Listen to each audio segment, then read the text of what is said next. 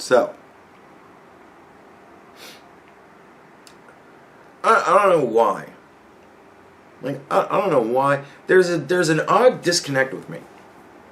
I mean, I could probably do it. I just don't fucking want to. Like, I don't want to go to the effort to. I don't want to go to the effort to fucking have to try. I don't care. I use the word fuck as an exclamation. I use it as a noun. I use it as a verb, an adverb. I use it as a pronoun. I use it as an adjective. I use it as a term of endearment. I use it in threatening manners. I use it in welcoming manners. I use it I don't know. It's a word that fits so fucking everywhere. I just can't fucking help it. It's fucking great. There's no fucking way around it. It just fits wherever you want to fucking throw it in. I don't fucking know. I didn't make these fucking rules, right? For some reason, I just can't do it. However, whenever I type the way that I think. I don't think the way that I speak. and this, this leads to trouble in my life. It always has. I've always been underestimated on things like my intelligence and whatnot. Usually that's very fun for me. Sometimes it's extremely frustrating. But it is what it is. It's the way that I am. And I just can't be any other way. I understand. I've lost subscribers because I cuss too much. And I get you, man. I get it. Some people want to have their kids be able to hear this kind of stuff. Yeah. Alright. I'm with you. And I can't help it. It's the way that I am. I sit here and I look at a camera and I talk to the camera as if I was talking to anybody else. Like, it's part of my popularity. It's why people that do like me. So, I don't know. And it's what I decided I wanted to do. Because I don't want to be fake. Because I can't fake it every day. I can't fucking do it. I gotta be me. I can't help myself. And I do things the way that I do them, and I am the way that I am. And a lot of people have expectations. And a lot of people have had thoughts of entitlements and whatnot. I can't believe you say fuck you to your subscribers. Yeah, because sometimes it's fuck you. You know what I mean? Like, sometimes it's fucking all of you. You know what I mean? Like, there are very rare times where it's fucking all of you. And there are, extremely rare times where it's some of you, and I say fuck all of you. But, for the most part, I think people understand that I'm not saying fuck you as in fuck you. I'm saying fuck you like fuck you. Like fuck you. Like anybody else would say fuck you. But some people don't live a fuck you type of life with their friends. I do. And I live that type of life with everybody I know. Because if I can't be friends with you, I just don't talk to you. Like, I just don't interact with you. Like, there's a guy I work with. I don't particularly like very much. I think he's kind of a bitch. And I don't really respect him a whole lot. I have my reasons. I'm not going to fucking say what they are. And he tries to talk to me. And I listen to what his story is. And then I go to work. You know what I mean? Like, I just go, okay. And then I go work. I'm not going to sit there and have a 20-minute conversation with a dude about his anecdote. Because I don't fucking care about his anecdote. Because I don't like him. Like, I can be not rude to him. I don't have to be like, dude, I don't want to fucking talk to you and like be I don't have to be that way. So I choose not to be that way. He has not done anything to this point to push me to be that way. So I'm not that way with him. I don't need to be rude with him to make myself happy. So I'm not. Like, if it ever gets to a point where he starts getting shitty with me, well, I'm going to be like, well, you know what? Yeah, I don't fucking sit and talk to you about your anecdotes because I don't fucking care. Because I don't fucking like you. There you go. Because I think you're kind of a bitch, and I'll tell them why. And I don't really respect you a whole lot, and I'll tell them why. And we can either discuss it and hash it out like adults, and find a common ground and go, look, well, all right then. If you're just pleasant with me and we work together, then I'll be pleasant with you and we'll work together. Well, fair enough. It's awesome. That's what I was trying to do. You know what I mean? And then I'll go work. Because that's what I'm there for.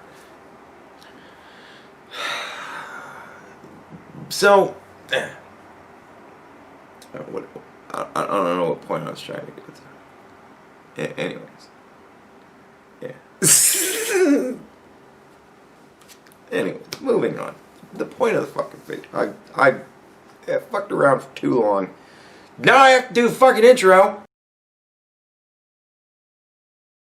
Anyways, I was reading comments. Right? And I got one that really just made me write like half a novel. Like I don't fucking know why. I just decided to write a whole lot because it really got me thinking. And it's funny. It's a funny comment. I want to read it. Happy belated birthday. I talked to my ex-pastor dad today. He's convinced this is biblical end of time shit. And then this person put the XD laughing hysterically emoji. Now, it's a funny comment. It's flippant. And I don't think that it's bad comment. It's a fine comment. It's funny. But I can see how it can be funny to other people. To me, however, because I'll admit, I kind of think this is some biblical end times level shit. Sorry. So I was gonna write a kind of funny, flippant reply that turned into like an entire interpretation of the Bible. So here we go. Ready? Strap in, because this gets fucking like for some people are just gonna laugh at this, and I understand, and I don't, and that's fine. This is a comedy channel, so if you tell me, sorry, I don't mean to offend you, but I thought this was hysterical. It's a comedy channel. I want you to laugh. I understand that there will be people laughing at me, and people laughing with me. I'm not gonna be laughing much in this video, so if you're laughing at me, I don't care. It's a comedy channel. I want you to laugh. And if you are of mind to fucking really think that this is reasonable, I just want you to take a breath. This is it, right? I want you to calm down and just understand it doesn't mean anything, right? Like I'm not proving to you the world's flat here, right? Like this is just an interpretation. This is just an idea. This is a thing to get you thinking. And to bandy around in the comments and just kind of have fun with. Let it go no further than that. Alright? Let's not create an ideology around this. We already have QAnon. We don't need to hear about the EgoCast people. Like that. It would be fucking hysterical because this is just kind of almost a meme to me. But I really don't want to be known for that. I would like to be. There was once upon a time I said, I don't care if I'm famous or infamous as long as I'm some sort of us. Right? I don't want to be infamous anymore. I've seen what infamy gets you. I don't like the idea of infamy. But of course, fame is now something that you almost have to literally sell your soul for. At the very least, your intelligence, and I'm not willing to do that. So now I don't really want to be either. But I certainly don't want to be the guy that's being talked, that Kayleigh McEnany is going to have to fucking field questions about in a goddamn press brief. That is not where I want to be in my life at 41. Thank you very much. But no. So, just take this with, this is for what it's worth, and it ain't fucking much. Here's my reply. And you'll see that I started to try and be flippant, but it just went crazy from there. In a sense, he's not far off. There are quite a few people that believe the Bible is relatively cyclical. I happen to be someone who has heard that argument and can find little fault with it, at least no more than any other theological interpretation. I should have said biblical interpretation. I said theological interpretation. I should have said biblical interpretation. Whatever. They believe that the beast, bunny ears, described in Revelations and that the number 666 represented Emperor Nero. Therefore, Revelations has already come and gone. However, that time period had no known risen Christ. But there could have been one that was just trampled over by history. He could have been a common man then and would never have overshadowed the fall and burning of Rome. Right? Reasonable. I mean, it's reasonable. It's not so fucking far out of left field as to be unfucking reasonable. The fall of Rome was an extreme it was a cataclysmic event for the known world at the time. The society collapsed, and the greatest city in the world burnt. Right? Like, it's not so far-fetched as to be unreasonable. It's still a biblical interpretation. Nothing more, nothing less.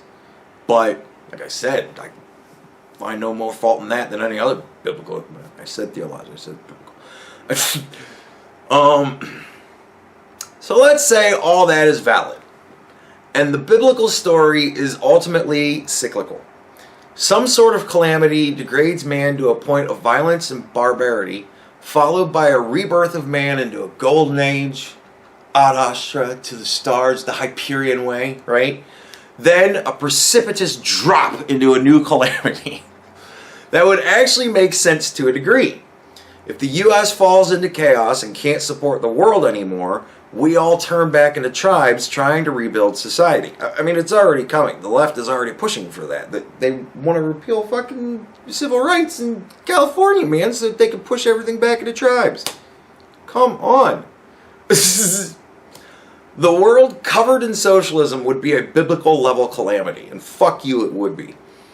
Then we would rebuild to a new golden age, Hyperion, right?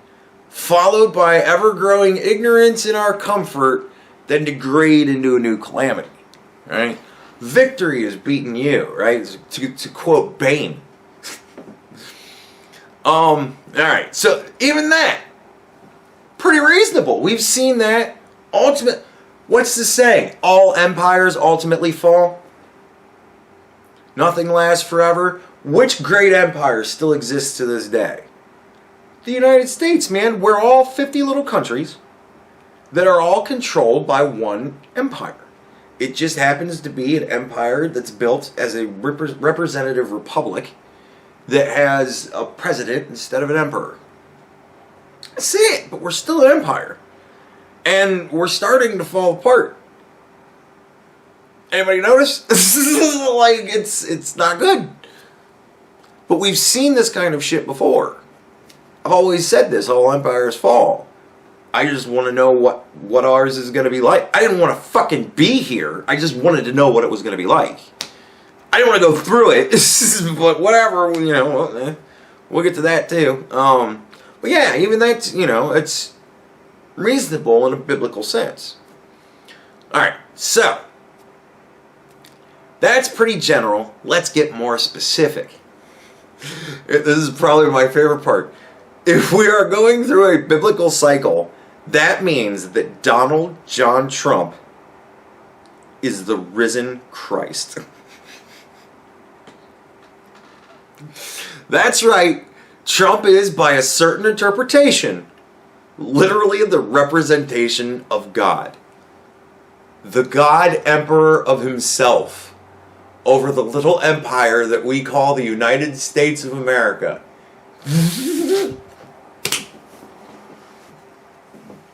And best president ever. Fucking right. Best president ever. Oh my God. I mean, hey, that's going off the rails. All of a sudden, we're off the rails, right? Like, but by a certain interpretation, if the biblical cycle of Revelation, if there's really a cycle to Revelations, if it's not just the kaputs of everything, right? I mean, we got a lot of people that are dying by straight bullets right now. A lot of kids, you know? There's supposed to be a rapture, too. All the good people are supposed to get taken up. Maybe it's not all the good people. Maybe it's a fucking handful of kids and a bunch of good people. But mainly a lot of shitty people. And I mean, hey, fuck it, you know, a lot of good people, man. A lot of good people are just getting randomly fucking shot right now. I can't even fucking say mostly fucking good people are just getting randomly plugged nowadays. Just almost for the fun of fucking doing it. So, you know what I mean? Like, hey, things fit if you want to push it hard enough, right? So, now that we've established that Trump is the God Emperor, is there any possible way to compare Trump to Christ in a biblical sense? Here's where it goes even more off the rails.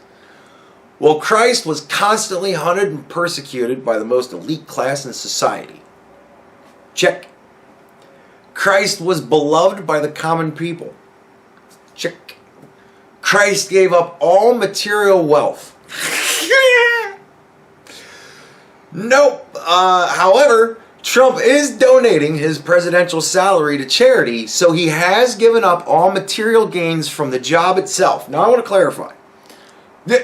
He is going to reap material benefits from being president for the rest of his life. All presidents do. Obama is too. So is Bush Jr. So is Clinton. All of them. Even Hillary Clinton is. All of them are. They all get this shit. But he is not accepting a check for the job itself. So he has given up the material gains for doing explicitly just the job.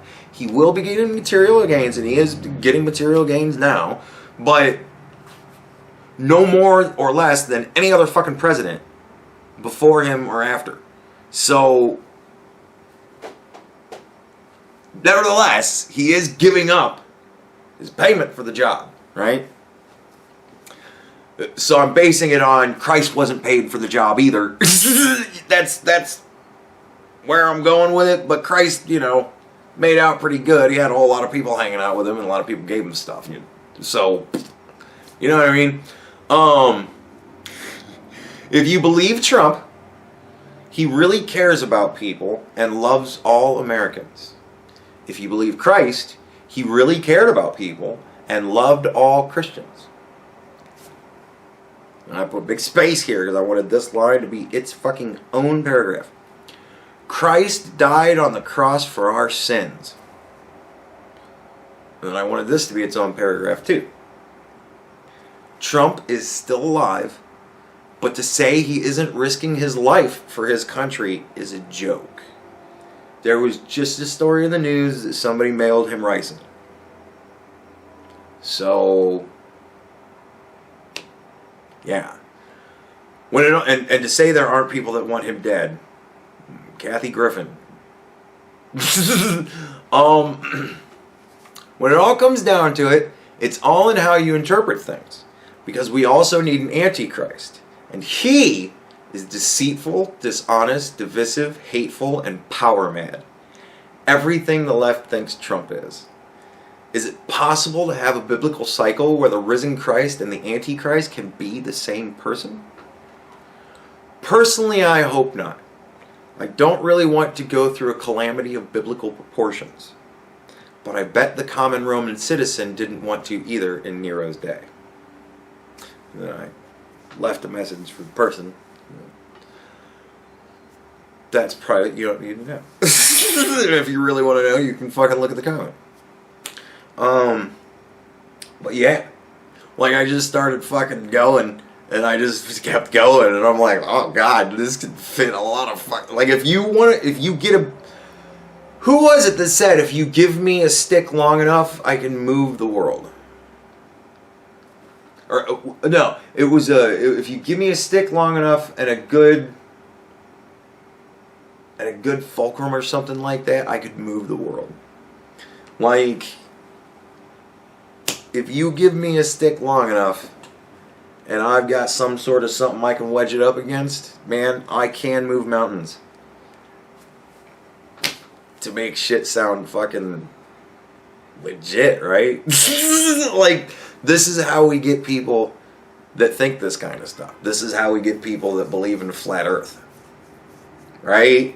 You hear something that sounds legit enough, and you go, whoa, dude. And that right there explained all angles, didn't it? I bet there was a couple, I know at least one person, maybe a couple more in the audience who might have been listening to that whole fucking thing all the way up until that couple paragraphs up from the back that were like, oh my God, all this bullshit. And then I went into the Antichrist thing, and then they went, oh. Like, dude. Door swings both ways. All blades cut at both sides. Like, whenever you start getting into this kind of just, let's interpret things however we kind of think it fits, it's not unrealistic to think that people would get legit crazy over this kind of stuff. And I look at Black Lives Matter and a lot of the leftist feminism was one of those type of things. The pink tax.